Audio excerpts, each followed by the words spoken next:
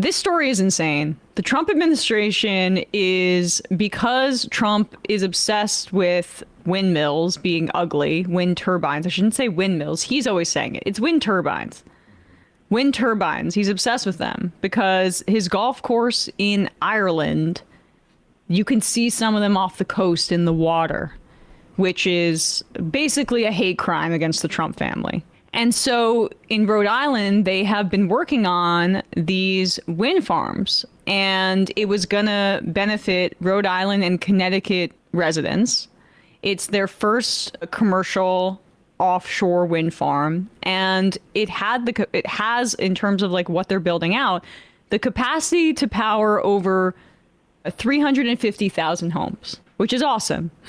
The kind of stuff we should be doing, the kind of stuff the rest of the world is doing at a much more rapid pace. But Trump thinks they're ugly.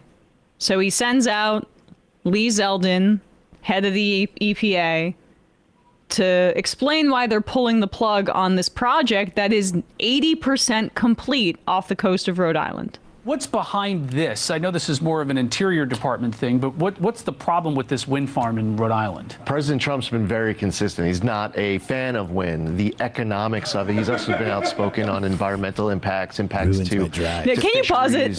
Not a fan of wind. Not a fan of wind. It messes up my hair. This comb over is very elaborate, okay? Too much wind, too much movement. Look, I don't want to sound like a third-way Democrat here, but this is a layup politically. Like somebody saying we're going to take one of nature's sources of energy off the table. This is going to raise prices for people. Like if the Democrats can't make hay out of this, it's because the party has terminally wounded itself with its support of a genocide or something. Well, it's not something like that. Have you thought about that? Our green energy doesn't have like astronomical triple-digit percentage rates of returns, so perhaps we shouldn't fight so hard for it as the planet burns. That's a thought. More of an Interior Department thing, but what's the problem with this wind farm in Rhode Island? President Trump's been very consistent. He's not a fan of wind, the economics of it. He's also been outspoken on environmental impacts to fisheries. And we saw a Section 232 decision for an investigation out of Commerce, which was news over the course of the last day or two, looking at windmill imports from out of the country and analyzing whether it's a national security threat. So now you add the national security impact with that decision from Commerce.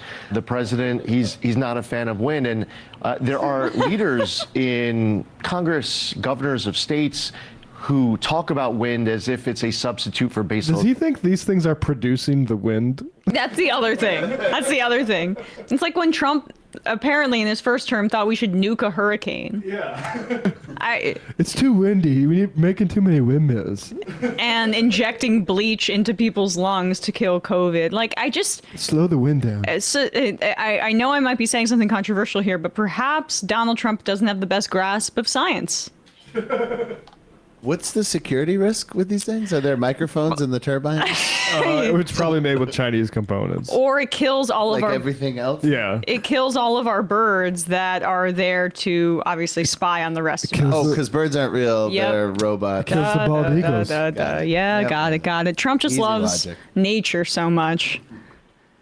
For baseload power. Our country needs more baseload power. We need to unleash energy dominance. And it's Baseload power. Now, this is where I get pissed off. We are about to, in the next, because this administration is killing or rerouting investments from the Inflation Reduction Act, where a lot of projects had already started. I'm not sure if this project got money from, this was the CHIPS Act. I'm forgetting. This would have been the Inflation Reduction Act. Which one had the climate piece in it? Gosh. Yeah, I assume either the bipartisan infrastructure bill or... Yeah, I think that in Inflation Reduction Act would be the bipartisan infrastructure bill, which would be the climate stuff. But shoot, I forgot what I was saying about that. This is the problem. Why are we killing this when we're already behind on our power grid? There is analysis that shows that these AI data centers that are cropping up all across the country are going to just absolutely explode our electricity bills in the country. Processing data mainly from AI. This is from The Guardian 4 months ago. Will consume more electricity in the U.S. alone by 2030 than manufacturing steel, cement, chemicals, and all other energy-intensive goods combined, according to a report from the International Energy Agency. Global electricity demand from data centers will more than double by 2030, according to the report. That's globally. One data center today consumes as much electricity as 100,000 households, but some of them currently under construction will require 20 times more. And this administration is going all in on AI, all in on it, including subsidizing Intel, who failed by not keeping up with NVIDIA and other chip makers and made a bad business decision. But it's because it's the only thing that is propping up our economy. Trump is going to give $9 billion of taxpayer money for that.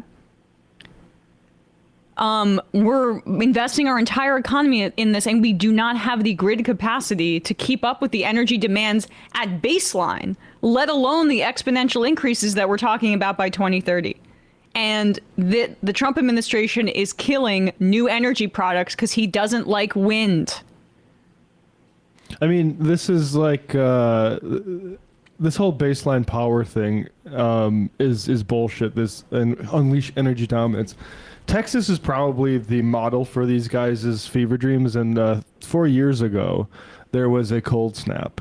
Yeah. And Texas relies majorly on natural gas, and all of the infrastructure for natural gas froze, and hundreds of people died. Hundreds of people died in America in 2021 in Texas.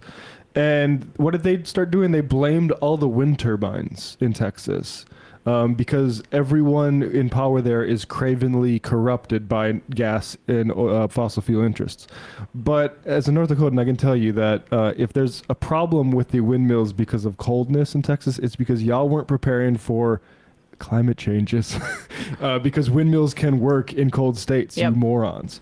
And it's wild to see how, craven or like stupid this is civilizationally to be turning away from types of power that are it's not just for woke reasons about the climate or whatever. It's because actually it's good to diversify your sources of energy, and it's not going to be good for anyone's bottom line that you invested all of this stuff and then decide to pull the plug at the last moment. Yeah, exactly. And it was I could have thought about that if I gave it like 5 more seconds of thought. But yes, it was the Inflation Reduction Act. Let's keep going. Approach to this entire energy conversation if we start acting as if wind is going to be a substitute for all these other things. We need more natural gas. We need to build more pipelines. Coal plants are essential for states and regions. I'm sorry, pause it one more time. You don't need to take it off the screen. No one is saying it's going to replace this stuff. It's a supplement, even though we should be phasing that stuff out. It's just like the amount of straw men here is insane. We have to be smart about our energy policy, and President Trump's been pretty darn consistent about it the whole time. Mm-hmm. But you look at what this does. This project was apparently largely almost finished. You've got AI. You've got the electrification of everything around us. We just need power. Why would you take any power offline? Ding, ding, ding. Well, we certainly need a lot more baseload power. Intermittent sources of energy are more unreliable. And there are some states where, purple blue states where a Democratic governor is more honest with how this conversation goes, saying, yes, we need more baseload power. We need more reliable power. I was just in New England where they rely on foreign sources of energy, where they can use more natural gas. Well, Williams Pipeline wants to build a pipeline called Constitution Pipeline, delivering natural gas from Pennsylvania This guy's a pipeline into New lobbyist. England. We were just in Alaska with the National Energy Dominance Council, Secretary Wright, Secretary Burgum, where they want to build a liquid. Doug Burgum's a billionaire, not from any energy thing, but selling software company to Bill Gates. Natural gas pipeline alongside of the Trans-Alaska pipeline, several hundreds of miles. And we had a bunch of foreign leaders from Asian countries and elsewhere there because they want to be able to tap into it. There's a project in the southwest of the United States. Yeah, we're happy pipelines are being built.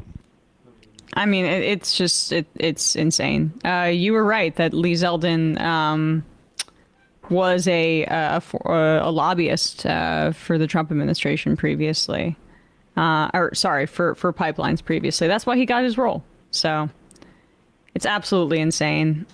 Connie from Jersey, these data centers are becoming obsolete very quickly, sooner than they planned, every 2 to 3 years rather than 5 to 8, which demonstrates how ahead of their skis AI companies are. I mean, until there is a more efficient way to, with some of these chips too, like the NVIDIA chips are good, but they're not where they need to be in terms of taking on energy to keep up with China in this way. So, well, I mean, China has the NVIDIA chip. NVIDIA has the best chips, right? This is just what's happening now is an arms race, and the sort of advance in computer technology in terms of making like faster and faster types of processors is happening slower than AI's needs to show like huge results demand for their investors. So instead what they're doing is just building giant processing farms and data centers to do it with brute force. And China, it's a little bit harder for them to get access to the best TSMC chips. I guess now like America gets a cut from those, so that's probably going to jack up the prices. So they're forced to do it more efficiently, but they also can do things at sort of a brute force scale too. So it's hard to know how exactly America can win that. Yes. I'm sorry. I meant to say, in part, just we don't have the efficiency right now to handle all of the AI processing, even with being a little bit ahead with some of these NVIDIA chips, and Intel's just super behind and having Intel to be subsidized. Yeah, Intel's been getting its clock cleaned by NVIDIA and AMD, and it's a failing company. It used to be the sort of gold standard. That's why like Apple computers used to always take Intel chips, and maybe there's still some sort of relation. No, Apple does their own, Apple Silicon. They lost that client. All the gaming stuff is on AMD or NVIDIA. Intel is a losing company, and I don't have a problem per se with America, as particularly if we're going to subsidize these companies, taking a stake in them and sort of directing some of their activities in sort of a centrally planned type of fashion. But I think Intel's a loser, and I think probably this isn't going to turn out very well, because I don't think that the industrial planning of the Trump administration is going to bring back Intel as a actual competitor. Hey folks, don't forget to hit the subscribe button and check out our daily show. We do it every day at 12 p.m. Eastern for about 2.5 hours. We even take phone calls. You should check that out.